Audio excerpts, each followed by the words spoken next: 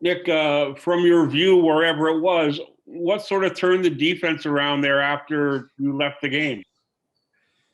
Well, it looked like they just started getting a lot more active, Doug, right? Just really in and out. Started putting mixing a few blitzes in there on Morant and pulling in and getting their hands on some balls on some of the passes they were trying to throw to Jonas, but just a lot more activity and a lot better shot challenges, it looked to me. You want to take us through your departure and what precipitated it? Well, I think, Doug, I'm going to need probably to find out this deal at 40 seconds to go in the second. They assessed a technical foul. I asked Kevin Cutler to clarify who it was on, and he went to Josh Tiven, and Josh said Pascal. But evidently, I've found out since that at halftime, he went back and told them it was on me, and no one informed me of that. So I was unaware that I had one. And then obviously I was showing a travel move during the timeout, which got me my second, which I thought was my first, and then subsequent ejection. So we'll see. We'll try to see if I can get that cleared up. Yeah, the first half box score did have that technical on Pascal, and I just wondered whether they had. I didn't know that they had changed it, or they didn't tell you. I didn't know either, Doug. And I guess my question was when I got out here was I didn't know you could get thrown out on one technical, and then I'm not sure if you can or not. I guess if you can, then I was on one, but then not, they're certainly going to say now I'm looking at the box score now, it has me down for two. So I would assume that's why there was an ejection, but maybe he just wanted to throw me. I don't know. Anyway, okay. Thanks, Nick. Appreciate it. Yep. No problem, Doug. Thanks, Doug. We'll go to Josh Lewenberg. Hey, Nick. Obviously, JV had a pretty big first half there. You guys had Chris in there for most of the second half against him. How do you feel like he sort of held his own in a tough matchup like that? Well, he did a good job. I mean, listen, it was hard because we weren't making any reads right in the first half, Josh. Like, Morant would come down the lane and the big would think it was time to go help and shot block and probably was right. And then, that leaves the big roaming down the middle with, somebody else has got to come in and block out. And we were not getting there on that. But obviously in the second half we were, right. We were taking away that part of it at least. And again, I think our activity just got a lot better in general. And I thought, Chris was really getting a piece of a lot of shots or altering a lot of shots there late in the game. Do you know if the back had been bothering Kyle prior to tonight, or did it just tighten up on him? I just talked to him, Josh, and he said he didn't know when it happened, but it happened at some point. He goes, I hit those first two floaters, and then it started bothering me. So just early in the game, at some point, he said he didn't know what caused it. Cool. Thanks, Nick. Have a good night. Yep. Thank you. Next question will go to Steven from Sportsnet.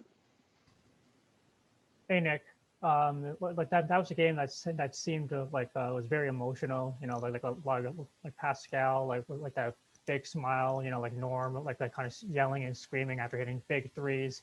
Like does a win like that does it feel like it's more than a win? It's kind of like an emotional, uplifting kind of moment.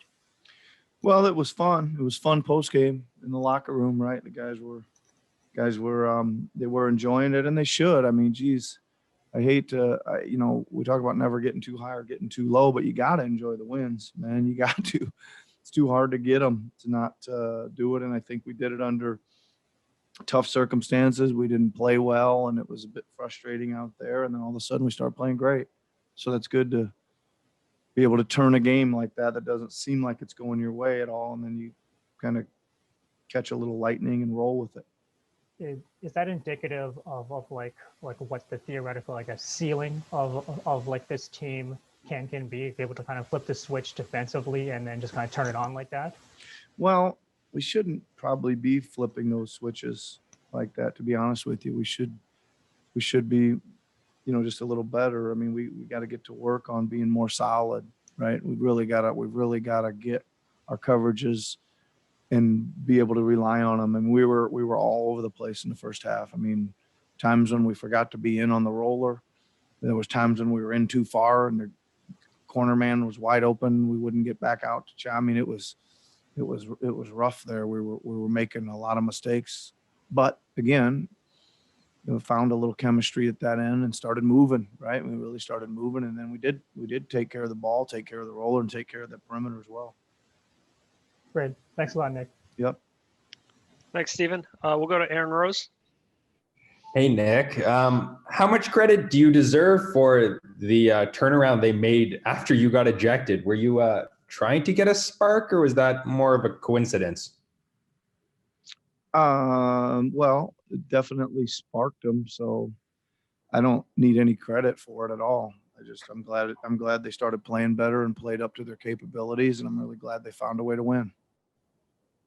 Is that something that you were thinking about when you got that technical? Is that, I guess, part of coaching, is knowing when maybe you should get mad and do something like that? It might be part of coaching, Aaron. Okay. You don't have to reveal your secrets. Thank you. We'll go to William Liu. Coach, I wanted to ask you about Fred VanVleet's performance tonight. Obviously, with Kyle going down, your rotations were completely jumbled. At one point, Fred played, I believe, 20 consecutive minutes between the second quarter, the full third quarter, the start of the fourth, and then he comes in a close as well.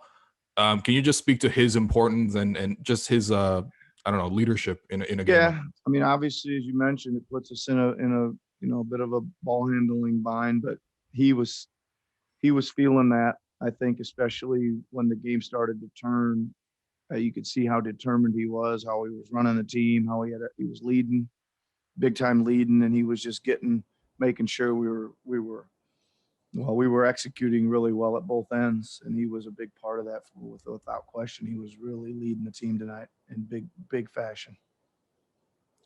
And I wanted to ask you, there was a timeout called by, I believe, Coach Griffin was acting head coach after. Yes. Yeah, there was a timeout that was called in the fourth quarter. I believe Memphis, you guys were on that great run, but Memphis got back-to-back layups, and it was a very quick timeout.